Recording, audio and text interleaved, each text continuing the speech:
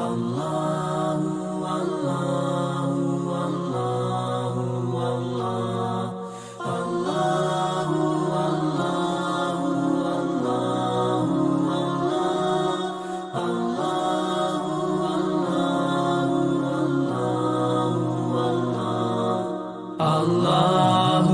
Allahu Allahu Allah Allahu Allahu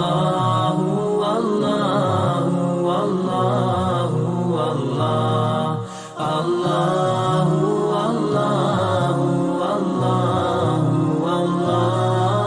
Allahu Allahu Allah Allahu As I look to nature's beauty, dazzled am I, knowing everything calls on you, the Lord Most High. الله الذي يهدينا جميعا الله الذي نعتز به جميعا. السلام عليكم ورحمة الله وبركاته. بسم الله والصلاة والسلام على رسول الله وعلى آله وصحبه ومن والاه. الحمد لله. الحمد لله رب العالمين. نويت التعلم والتعليم والتذكر والتذكير والنفع والانتفاع والإفادة والاستفادة والحث على التمسك بكتاب الله وسنة رسوله والدعاء إلى الهدى والدلالة على الخير ابتغاء وجه الله ومرضاته وقربه وثوابه سبحانه وتعالى.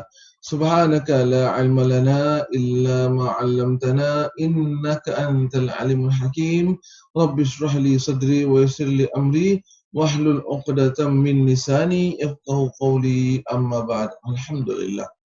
Syukur dan puji kita kehadrat Allah Subhanahu wa taala di atas segala limpah kurnia berserta izin dan rahmat daripadanya dapat bersama dan bersua dan sekian kalinya bersiaran kita di dalam kuliah online ini ataupun juga atas talian di dalam alam maya. Semoga mudah Allah Subhanahu wa taala memberkati, merahmati, merestui, meridai pertemuan kita pada kali ini. Amin insya-Allah.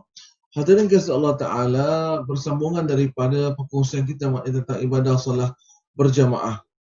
Yang mana pada minggu yang sudah kita mengambil aktibar daripada pandemik COVID-19 yang melanda kita akan untuk kita menjaga ibadah solat secara berjamaah kita di rumah kita sendiri. Seperti mana dalam hadis Rasulullah mengatakan bahawasanya jangan jadikan rumah-rumah kalian seperti kubur-kubur kalian. Yang ini bermaksud bahawa tidak didirikan ibadah solat di rumah ataupun dirikan solat ibadah di rumah tetapi tidak secara berjamaah.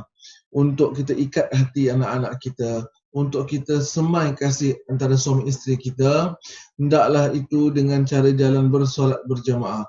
Seperti manalah saya katakan pada minggu yang sudahnya, jikalau ingin isteri kita dengar patuh taat pada kita, jikalau kita ingin anak-anak kita dengar kata ungkapan cakap kita, maka bimbinglah mereka, pimpinlah mereka, jadilah pembimbing atau imam mereka dalam ibadah solat mereka, dan insya-Allah nanti mereka akan patuh, turut dan serta taat apa yang kita suruh dan kita buat dan juga kita katakan di dalam luaran solatnya dalam kehidupan kita, insya-Allah. Hadirin kasih Allah Taala sekalian. Namun pada kali ini masih lagi seputar dalam tentang ibadah solat berjamaah. Hadirin kasih Allah Subhanahu Wa Taala, kita bersyukur pada Allah Taala di mana dengan seizinnya lagi dan seizinnya sekian kali lagi kita sudah boleh mula semula solat di rumah Allah Ta'ala walaupun dengan kadar dan juga dengan had jumlah yang telah pun diperuntukkan dan juga telah pun diperketatkan dan dipersediakan, dan kita bersyukur kepada Allah Ta'ala dengan atas segala nikmat, ya, dengan apa segala nikmat Allah kurniakan kepada kita, Alhamdulillah. Namun satu amanah yang mana kita mengetahui bahawasanya pada norma baru ini dalam ibadah solat kita maupun juga dalam kehidupan kita, di mana kita mengetahui dan juga itulah dia pandemik COVID-19 ini mengajar kita untuk menghargai ibadah solat berjamaah di rumah Allah SWT. Subhanallah.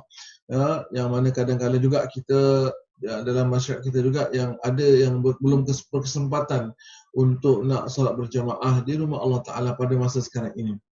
Jadi bagi mereka yang telah pun mendapatkan tempat, yang telah pun dikonfirmkan akan tempat mereka di masjid-masjid melalui dengan kita katakan pendaftaran mereka melalui online, pastikanlah hadirin Allah Taala sekalian, kita pikul dan tanggung amanah ini dengan sepenuh baiknya, dengan menjaga amanah tersebut, di mana atau bermaksud bahawa dengan kita hadir setelah kita register atau setelah kita daftar secara online, pastikanlah kita hadir pada ketika masa yang telah pun ditentu janjikan.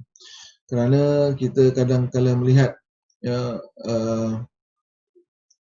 ini berlaku hadirin sekalian, satu ketika di sebuah masjid, bila mana ada kalangan masyarakat kita yang ingin mendaftar pada waktu subuh, yang ingin mendaftar untuk ke satu masjid ini, tetapi tidak boleh kerana sudah penuh. Ya, dan tak apa, dan tak mengapa mereka redha kepada Allah SWT dan terima ketentuan tersebut. Tetapi alangkah terkejut lagi terperanjatnya bila ada di kalangan teman-teman mereka yang ke masjid pada awal pagi subuh itu mendapati jemaah yang hadir pada pagi itu tidak seperti mana yang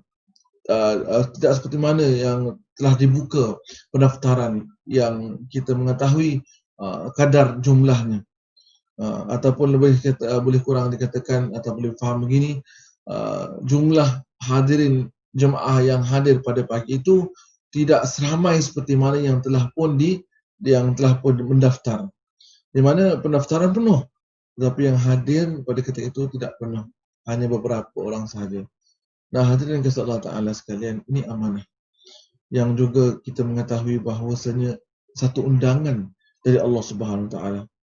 Ibarat Allah dah undang kita dan telah pun diberikan keizinan kita untuk datang ke rumah Allah, tetapi kita tak hadir, tetapi kita tidak datang. Mungkin ada di kalangan kita yang beri alasan, subuh, biasalah Ustaz, tak boleh bangun, susah nak bangun. Hadirin kasih Allah SWT, ini pesan saya, andai kalau kita tahu, we know ourselves, who we are. Kita tahu siapa diri kita. Kalau kita rasa dan kita tahu kita belum yakin, kita belum mampu untuk bangun subuh pada awal paginya, maka saya nasihatkan dan juga saya ingatkan dan saya pesankan, janganlah kita daftar pada awal pagi subuh tersebut. Kita berikan peluang-peluang tersebut, tempat itu kepada mereka-mereka yang memang sudah biasa hadir datang subuh pada sesuatu masjid. Ya, hadirin kasih Allah Ta'ala, dalam masyarakat kita ini, yang mana saya juga pernah bertugas di rumah Allah SWT, memang ada yang kita panggil sebagai jemaah subuh. Yang mereka ini yang memang datangnya hanya pada waktu subuh saja. Kenapa? Sebab mereka tidak berkesempatan untuk hadir pada solat-solat fardu yang lainnya, disebabkan tugasan dan juga komitmen keluarga dan sebagainya. Jadi mereka sangat dan amat menjaga waktu subuh itu, yang mereka nak pastikan akan dapat solat di rumah Allah Ta'ala. Tetapi alangkah mungkin sedih, mengecewakan kerana mereka tak dapat tempat waktu subuh yang biasa mereka lakukan. Itu tak mengapa. Tetapi lebih mengecewakan lagi apabila tempat itu sudah pun diambil orang, tetapi pada hari tersebut yang datang tidak seramai seperti mana yang telah mendaftar. Nah, hadirin Allah sekalian, dengan ini juga kita telah mengkhianati amanah tersebut dengan secara tak langsungnya. Jadi ambillah tanggungjawab tersebut dan ambil berat.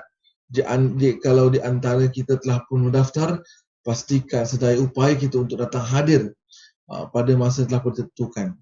Kerana kita juga boleh kita katakan cancel, ataupun kita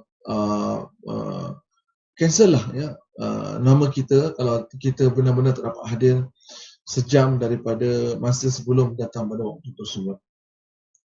Ataupun kerana apalah alasan kita, sakit dan sebagainya, supaya beri peluang kepada orang-orang lain, jemaah lain yang benar-benar sungguh-sungguh dah bangun pada waktu itu untuk datang ke rumah Allah Ta'ala, untuk bertandang ke rumah Allah Ta'ala, untuk sujud di rumah Allah Subhanahu Wa Ta'ala. Ini amanah hadirin kasih Allah Subhanahu Wa Ta'ala yang perlu kita pikul dan perlu kita memberi tanggungjawab sepenuhnya pada perkara tersebut.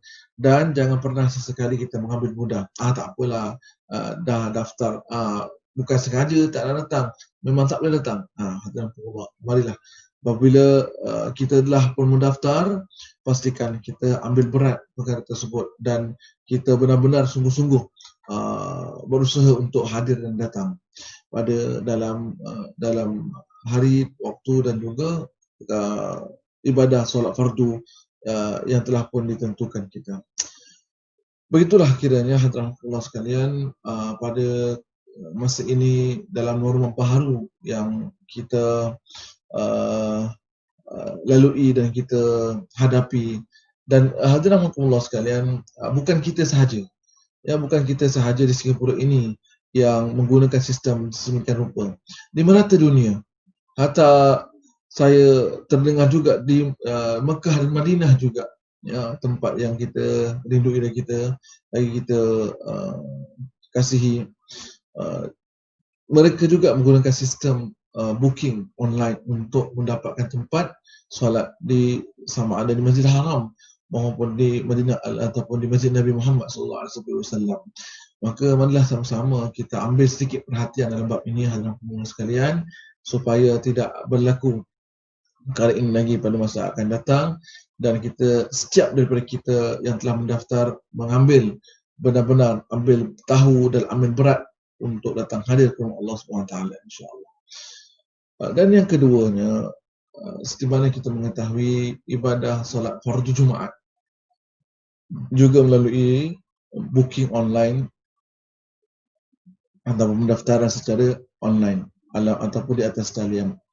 Syukurlah kita hadirin Allah sekalian, di mana Allah Ta'ala pada satu ketika boleh kalau saya katakan menarik seketika sementara nikmat untuk solat Jumaat, kerana masjid-masjid kita ditutup disebab kerana untuk membaik pulih dan juga membuatkan melakukan kemaskini dan juga kebersihan dan juga sebagainya daripada virus dan wabak. Tetapi alhamdulillah telah pun dibuka masjid kita dari fasa ke fasa, sedikit demi sedikit. Alhamdulillah, syukur tabarakallah, masya-Allah, hinggalah sampai ke saat ini. Alhamdulillah. Sekali lagi hadirin kasih Allah Subhanahu Wa Taala sekalian, bagi kita yang telah pun mendaftar untuk solat fardu Jumaat di sesuatu masjid, pastikan kita hadir dan datang. Dan andai kalau kita tak mampu dan tak boleh dan memang rasa-rasa kita dah tak sempat, maka hendaklah kita cancelkan nama kita daripada pendaftaran tersebut, bagi memberi ruang kepada sahabat-sahabat teman kita, masyarakat kita yang lain untuk boleh datang dan book ataupun juga mendaftar agar dapat mereka tempat untuk solat Jumaat di rumah Allah Subhanahu Wa Taala. Hadirin Allah sekalian, sekali lagi wabak COVID-19 mendidik, mengajar, mentarbiah diri kita. Di mana mungkin pada sebelum ini, pada tahun-tahun yang sudah ini, kita mengambil mudah, mengambil enteng, mengambil sikap acuh tak acuh, ataupun dengan kita menaikkan setiap kali pada hari Jumaat, setiap minggu pada hari Jumaat kita datang, kita bertandang, kita hadir ke rumah Allah Ta'ala dalam melakukan ibadah salat Jumaat dengan cara ataupun dengan hati diri, dengan kita katakan secara terpaksa. Justru itu kita lihat kadang ramai di antara para jemaah apabila khutbah disampaikan, mereka tidak dengar khutbah tersebut, tetapi malah tidur berdengkur, tidur di lena, dibuai lena, mimpi dan sebagainya di tengah hari. Sedangkan khutbah itu disampaikan seminggu sekali, hadirin kasih Allah SWT sekalian. Dan ada mesej-mesej yang penting yang disampaikan. Justru itu kita dikumpulkan oleh Allah Ta'ala pada setiap Jumaat untuk dengar penyampaian khutbah yang nak disampaikan, mesej-mesej penting yang nak disampaikan kepada masyarakat. Bila mana datang wabak tersebut, Allah mendidik sekali lagi ajar kita supaya menghargai setiap kali solat Jumaat yang kita dapat, dengan memberikan kepekaan kita dan memberikan 100% perhatian dan keprihatinan kita dalam mendengar khutbah dan mesej khutbah tersebut yang nak disampaikan. Inilah dia hadirin Allah sekalian, Allah tegur kita, Allah didik, ajar kita agar apabila kita datang ke rumah Allah Ta'ala dalam untuk melakukan ibadah solat fardu Jumaat pada setiap Jumaat itu dengan hati yang ikhlas, dengan sepenuh jiwa dan raga, dengan merasa rindu dan sakasih pada Allah Subhanahu Wa Ta'ala yang amat mendalam.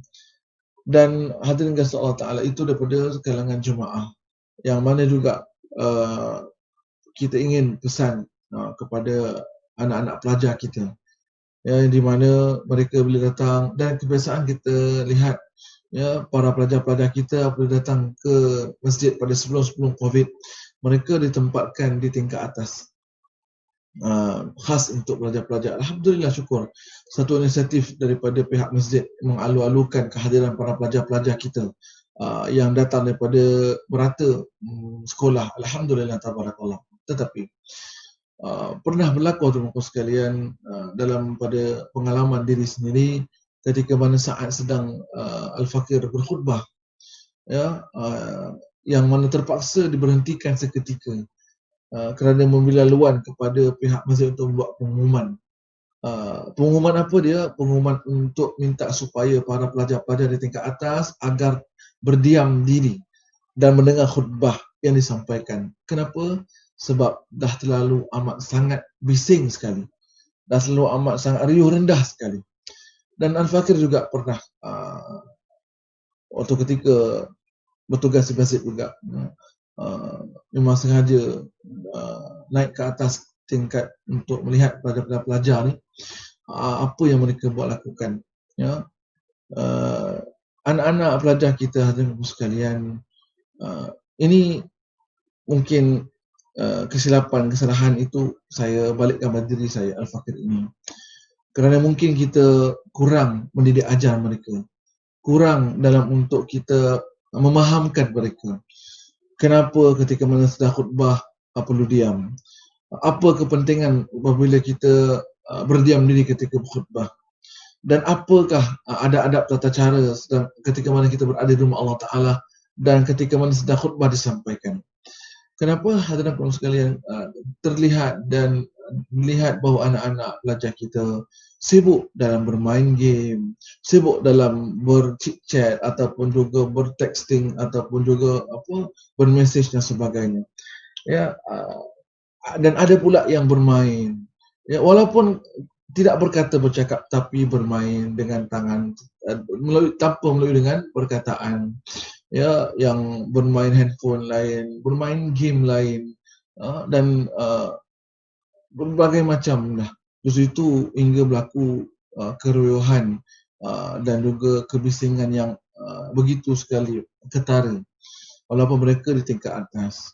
Maka saya tidak menunjukkan ataupun menuding kesalahan kepada anak-anak ini kerana mereka anak-anak pelajar sekalian, mungkin juga mereka belum belajar dan belum diajar dan kurang dalam kita yang mengajar mereka.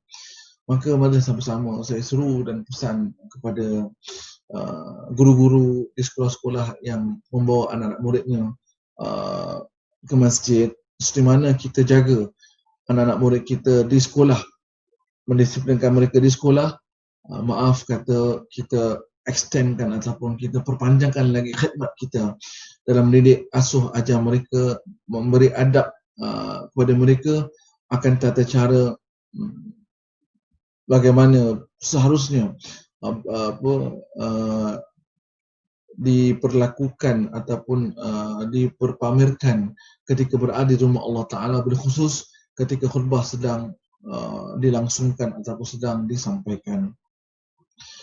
Dengan inisiatif guru-guru sekolah masing-masing dapat bangun dan dapat pantau anak-anak muridnya, kerana mungkin juga ya kaki tangan warga masjid kita tidak menang tangan dalam menangani ataupun juga di dalam menguruskan hal demikian rupa, kerana mereka sibuk.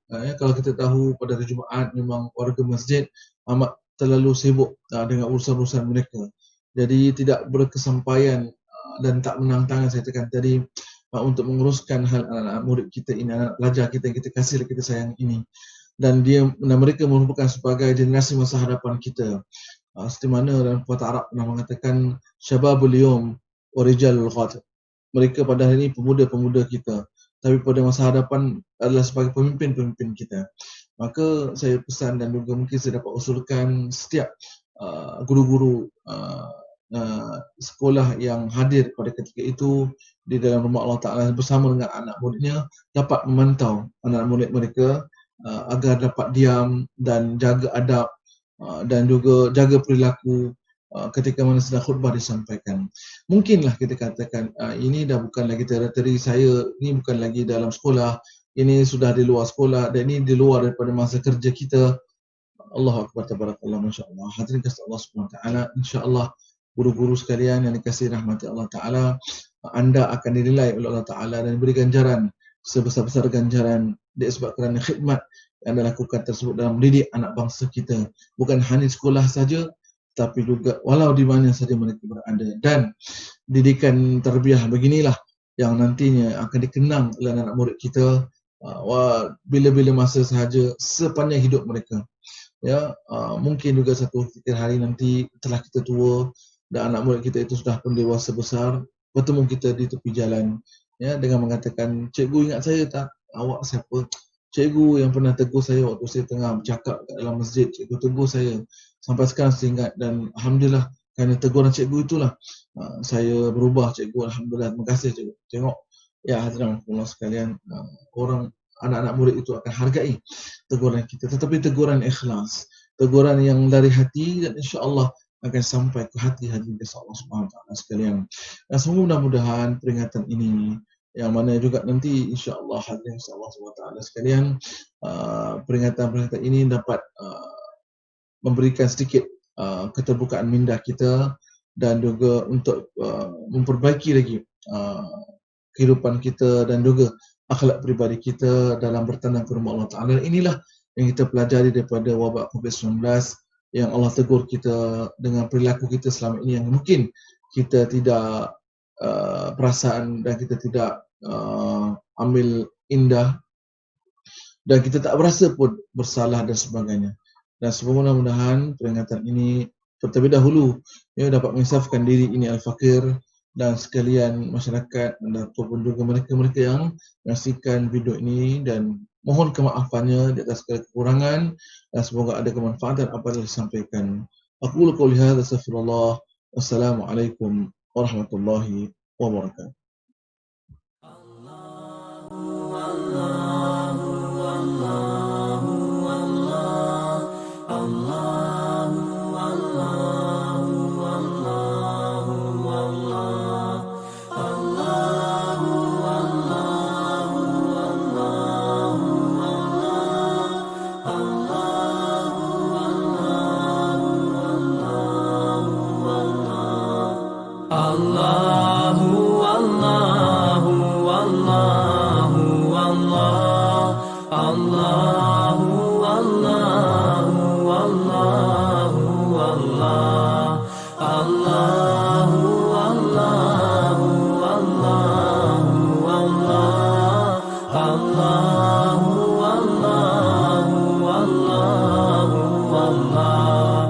As I look to nature's beauty, dazzled am I, knowing everything calls on you, the Lord Most High.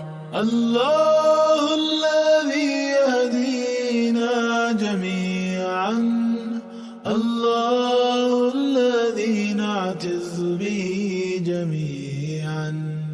الله والله والله والله الله والله والله والله الله والله والله والله والله والله والله रहमतें निछावर करता है तू बरकतों से